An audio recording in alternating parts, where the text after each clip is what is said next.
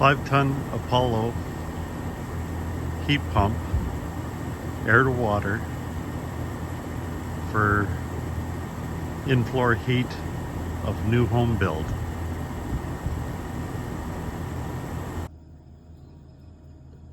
Apollo air to water heat pump is connected to the Hydro Smart Station in our new build. We live in northern New Brunswick. This is a new construction home, so new that we don't even have rough-in plumbing currently.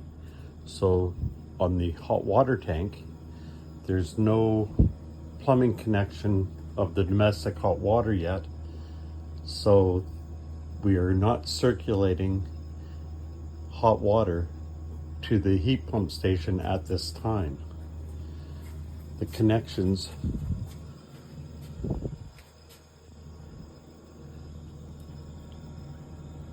on the heat pump are as follows. The domestic hot water is supplied right here, goes out into the circulation loop of the tank and back out and returns down to the side of the heat pump. Hydro Smart Station, sorry. The floor heat comes from the second port down at the back, goes out to the manifolds, returns back down to the top port labeled water inlet. Water outlet travels back through and goes to the home return on the Hydro Smart Station. The flow bypass connects from the hot water tank, buffer tank, travels up, goes across and goes into the bypass supply. So I will explain that with the cover off. With the cover removed, I will follow the flow path.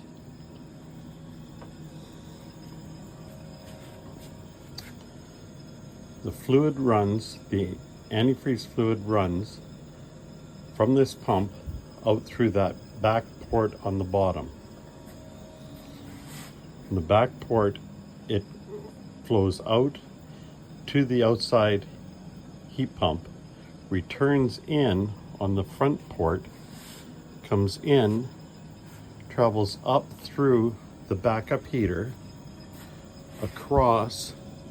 There's a three-way valve here for pool heating, which we are not using. There's a three-way valve there for domestic hot water, which we're currently not using. The flow follows through, travels down this line, and goes out and through to the floor heating. When the valves on the floor heating close, the back pressure of the system will trigger this bypass valve, which then will allow the fluid to flow through the bypass, go down to the buffer tank, back from the buffer tank, up in and back through to the pump. In domestic hot water heating, when it calls for heat, this valve will close the floor heating and will open up to travel through this heat exchanger and back through to the pump. The antifreeze floor fluid traveling through this does not mix with your domestic hot water. Your domestic hot water comes through this pump here from the hot water tank, comes in, travels up through the heat exchanger, and travels back to the hot water tank.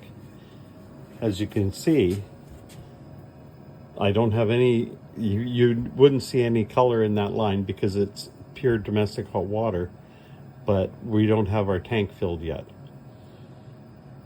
The fluid coming in would go up through, come back, and it travels through the circulator circuit of the tank, which is just the raw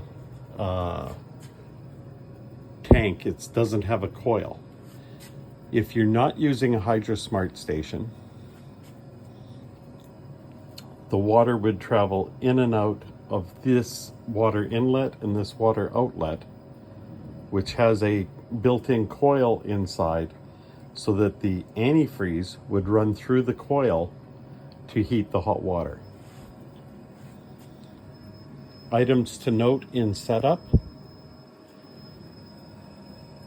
this pump here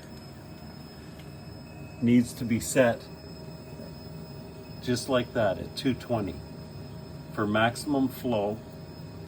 Without being set at 220, you'll get pressure errors. Currently, because we're not using the domestic hot water, we have this button pushed, we have this circulator pump off.